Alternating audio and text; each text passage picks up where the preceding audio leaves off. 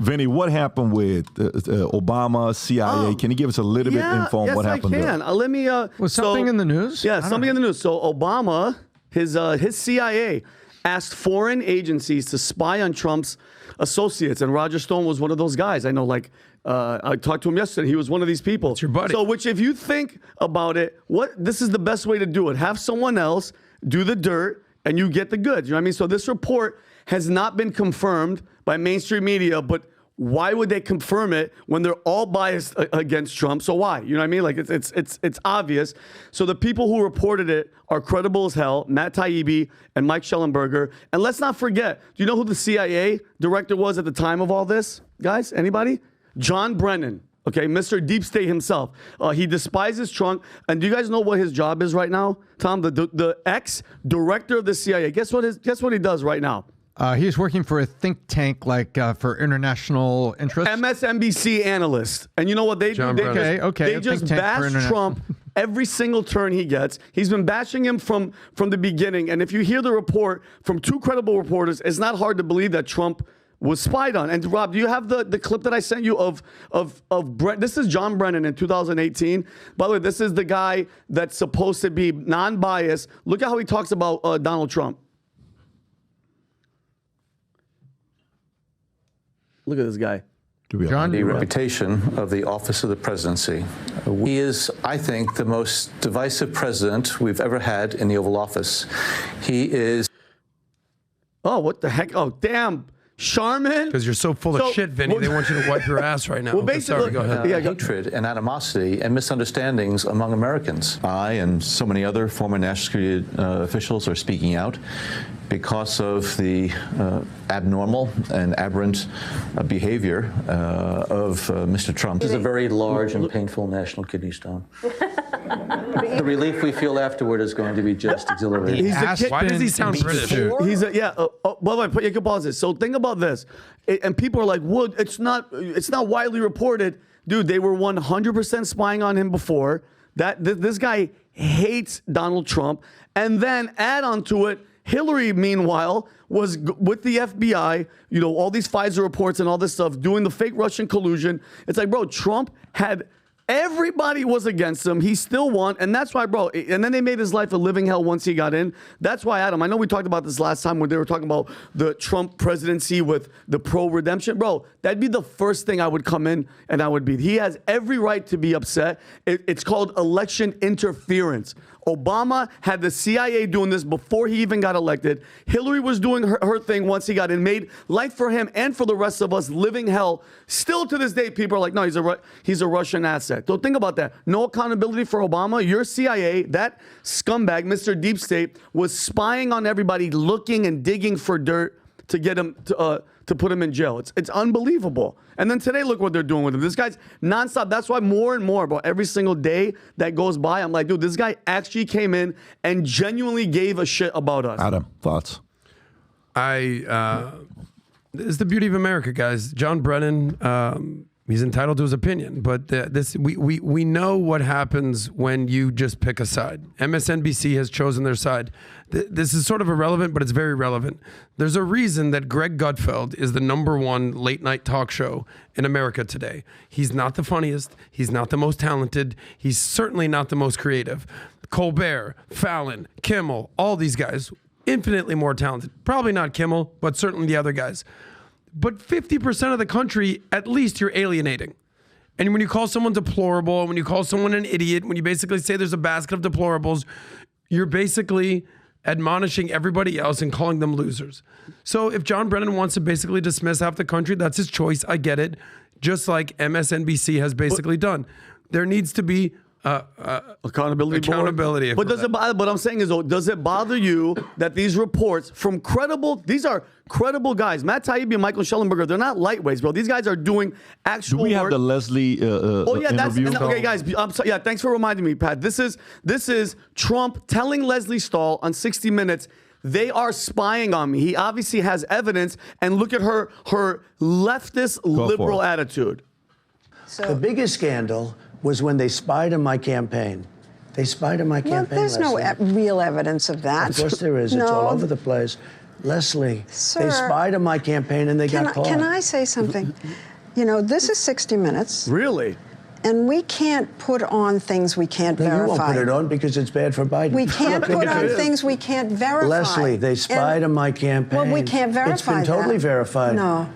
It's been, just go down and get the papers. Get the papers. They spied on my campaign, they got caught. No. And then they went much further than that, and they got caught. And you will see that, Leslie, and you know that, but you just don't want to put it on. No. Yes. As a matter of fact, I don't know. Yes. And Can I say one thing? Yeah.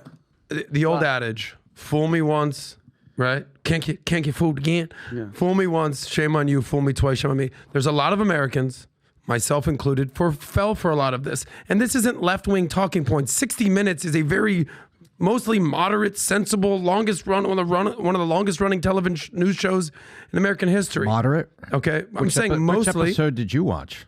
Thanks, Tom. But for the most part, they actually are journalists, traditional journalists. But a lot of Americans... They're left, but they're not far left. No, they're not far left at all. Okay. I don't know. I guess anything that is center left, Tom, is a whack job communist. But that's another point. Oh, but there there's you a go. lot of Americans who basically were looking at this and they watch 60 Minutes or they watch what's formerly known as CNN or they watch 2020 and they just get their normal news or they watch late night news and they're like, holy shit, this guy Trump, he's really this, that, and the other. I guess it's true. But fool me once, shame on you. Fool me twice, shame on me. A lot of the stories that Trump basically refuted and a lot of the stories actually turned out to be true. But my question was, going back to it, is like, does it bother you that Obama's, because this is Obama, I hate when they say Obama CIA. Barack Obama had the CIA use foreign agencies to spy on 26 people for Trump, looking for something to get, that's cheating, election interference. It's unbelievable. There's going to be no accountability because he's untouchable. And then look at, I sent Rob this one too, CNN and all these leftists, Don Lemon, the fruity last name. This is him. Look at the coverage of how they covered Trump. Listen to this. Maybe the biggest lie of all. Repeatedly, and with no facts to back him up, making the outrageous claim that the so-called deep state spied on his campaign. He did it again today. Oh, no. But I hope it's not true, but it looks like it is. Yeah. It's not true. Yeah, it is. It's a lie. No, it's not. Did the intelligence community spy on President Trump and his campaign? No, we did not. This is not just an angry president popping off. This is a deliberate and coordinated effort to save his presidency, to cast doubt on the Russia investigation by repeating a lie, repeating it every chance he gets. And that repetition is a key part of the strategy here, because if you hear him say the same thing over and over and over, it gets into your head. You may even start to wonder if there's some truth to it. This concerning new report accusing President Obama's CIA of curating. CNN talking about somebody else lying cracks me up. And that's why it drives me crazy. Like, do you think, Adam, real quick question, do you think Don Lemon, he really feels that type of way? Or he's just saying it because they're telling him, like, you have to report this? Honestly, when he was there. Because he's not for the viewing audience, it's Don Lemon, but, he's, I guess, French now. Yeah, no, it is. It's Lemon, by the way. It's Lemon now. Okay, so a lot of journalists have unfortunately turned into activists, and you have to respect whoever you would consider to be actual journalists. You talked about Matt Taibbi. That guy gets a lot of praise out there. You talk about Barry Weiss. There's some legit journalists out there, especially some of the guys on Wall Street Journal. Unfortunately, a lot of talking head journalists are now just activists. And that goes for both sides. Of course. Down the on the left, certain people, Hannity on the right, whatever you want to say. These aren't journalists. These are talking head activists. So they're going to actively basically campaign for who they want. Here's what's going to happen. Within time, we're going to find out exactly what happened. If this story is coming out now and this creates momentum, guess who this hurts the most? If this creates a lot of momentum. Michelle Obama. Damn right. Bingo. If this thing creates momentum, Michelle Obama, and that means that Trump will be he will be constantly over and over and over again doing to Michelle what he's done to everybody. Repeatedly talking about the fact that what her husband did, and she knew and she was a part of it as well, et cetera, et cetera. It's not going to be pretty, but eventually we're going to find out. Unfortunately, the damage is already done. They already were able to get him out after 4 years. Question is, when he gets back in, what he's going to be doing.